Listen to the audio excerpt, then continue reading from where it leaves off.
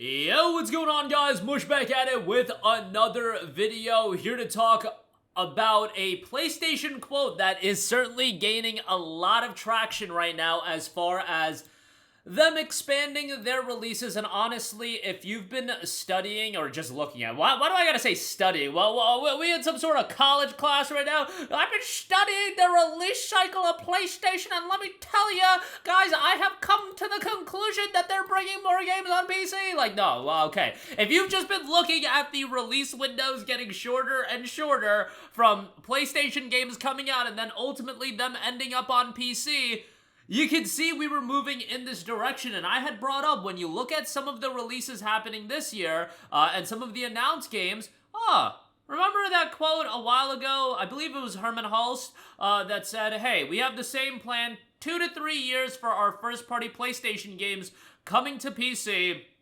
Live service games will be day one. Well, Spider-Man 2 came out in October of 2023. What's that? It's out on PC in January of 2025? Now, you could look at 2023 to 2025 and be like, oh my god, 2 years. But in reality, that would be 15 months. You look at Stellar Blade. Stellar Blade came out in April of 2024 on PlayStation 5. It comes to PC in June of 2025. And Stellar Blade is a really interesting one because I thought, hey, maybe it'll come to PC a year after its initial release. Remember, Stellar Blade is a second-party title where PlayStation published the game on PlayStation, but they don't own Shift Up as a studio.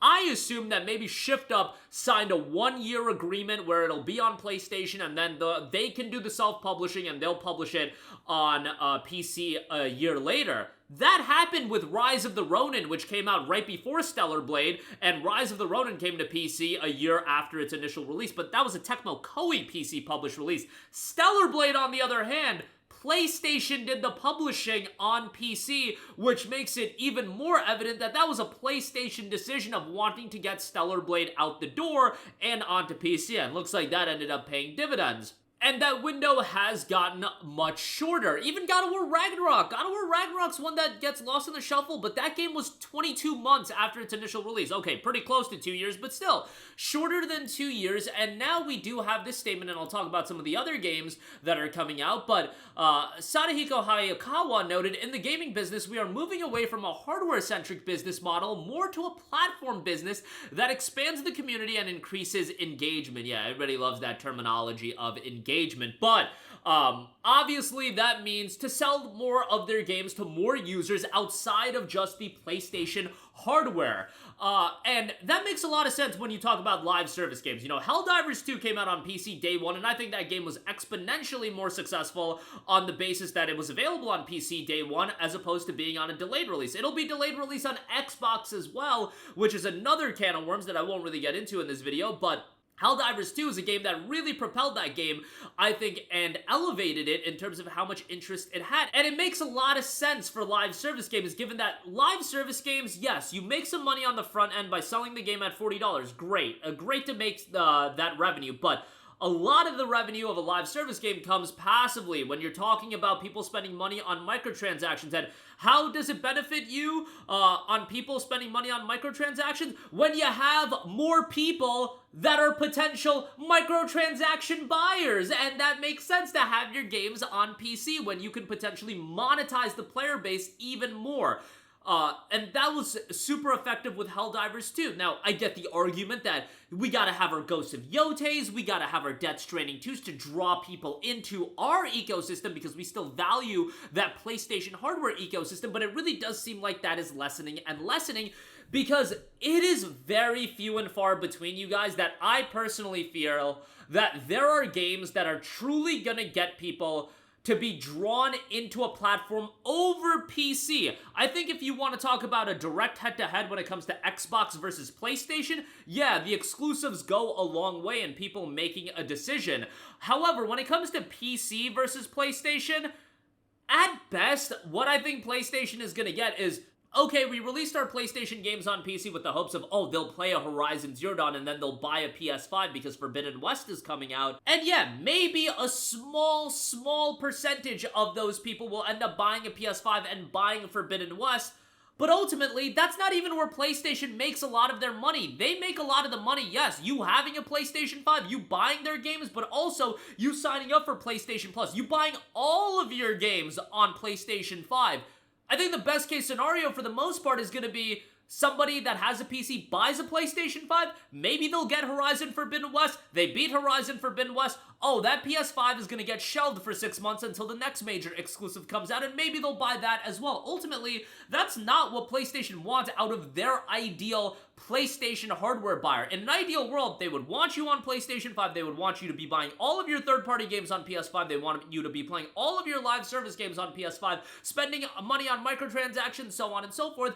But we don't live in PlayStation's ideal reality, and I think they are coming to accept that. That brings me to my next point. You look at the games coming out here in the near future that are PlayStation published on PC. Lost Soul Aside is, I believe, the first brand new single-player exclusive that PlayStation is publishing that will be on PC day one. You could say Lego Horizons, okay, like maybe you could make that argument like Lego Horizons came out, and then outside of that there have been some day one titles like remasters, games like, you know, Days Gone's Broken Road DLC, Horizon Zero Dawn remaster, so on and so forth. But as far as a new big game day one on PlayStation and PC, Lost Soul Aside would be the first one. I'm a little bit skeptical on Lost Soul Aside in its entirety. I think that game's going to be kind of mid, but nonetheless, it's still a major $60 game release. Then you look at Marvel Tokon Fighting Souls. That game will be available on PC day one. Yeah, you could say, hey, fighting games have this live service element to them. They get DLC, so on and so forth, but it's not really a live service microtransaction riddled game. That game's on PC day one, and that coupled with the fact that these windows are getting shorter and shorter, I don't think it's out of the realm of possibility that in the future you could see some of these PlayStation games get released on PC day one. I mean, if you actually look at how expensive some of these games are getting to develop, I think it does make a lot of sense, because ultimately you're probably not getting a lot of those PC players to jump on over to PlayStation. PC does have a barrier of entry where it is quite expensive, so I think the PlayStation guys will stick to PlayStation. I can see the argument to be made, however, of not doing it. Absolutely, I can see the argument being made. I think it's a discussion worth having, and I can see the argument absolutely being made on why porting PlayStation games to PC day one makes a lot of sense. And, you know, some people will look at the PlayStation PC numbers, you know, peak concurrent player count numbers. They're good, but they're not blow-away in a lot of instances. Yeah, they're not going to be blow-away when Ghost of Tsushima is coming out 4 years after its initial release, when Spider-Man 2 is coming out even 15 months. You guys, those PlayStation single-player games, they really peak in interest in that first week, that first month, and then people move on. After that bloom is kind of gone, people move on with their lives, and yeah, you know, a couple years down the line, they get ported on over to PC. They do okay, but I think they would do exponentially better day one. Let's say a Wolverine got ported day one to PC. You telling me that game wouldn't do big numbers? I think it would do very big numbers. However, I don't think that's going to happen, at least not at this stage of the game. I still think there's value in a Wolverine. I think there's value in some of these PlayStation games to be drawing cards for PlayStation, and they don't want to lose that identity right now by porting them to PC. Absolutely, I think people that think like Xbox is getting these games day one, I think they're on hopium, just because PlayStation and Xbox, I still think, are direct competitors that, yeah, they will port their games when it makes sense, and Xbox much more so than PlayStation, but I think PlayStation is still going to be very selective about it, where Helldivers 2 makes sense. PlayStation and PC, it's a whole different topic, and it's a very interesting discussion to have, and I do think that shift is going to happen. I do think, you know, 5 to 7 years from now, if we're talking about PlayStation games day one on PC, would not be all too surprised. You know what I would actually kill for, though, in an ideal world? Man, even delayed Nintendo releases on PC, I just don't think that's gonna happen, because Nintendo really needs to preserve the identity of their brand. PlayStation, it doesn't really matter if they port their games to PC. They're still gonna be the premier big console to pick up. Nintendo, a big reason people gravitate towards those platforms are the Nintendo published games.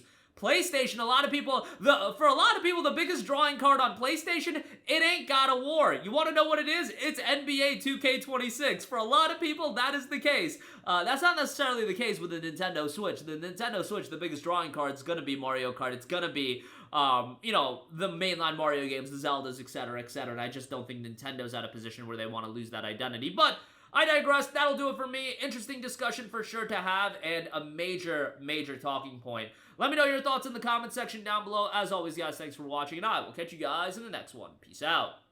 Hey, what's going on, guys? Mush here again. Hope you enjoyed the video. As you guys might know, YouTube's notification system is sometimes a little bit wonky, even if you're subscribed to the channel. Maybe you're not abundantly aware that I uploaded a video. To remedy that situation, make sure you hit the bell notification button. This way, whenever I upload a new video, and I try to upload as consistently as possible, you will be notified directly of the upload, and you can watch it as soon as it goes live. I would really appreciate if you guys hit that button so you can stay up to date with all of the content I'm posting. But as always, guys, thanks for watching, and I'll catch you guys in the next one. Peace out.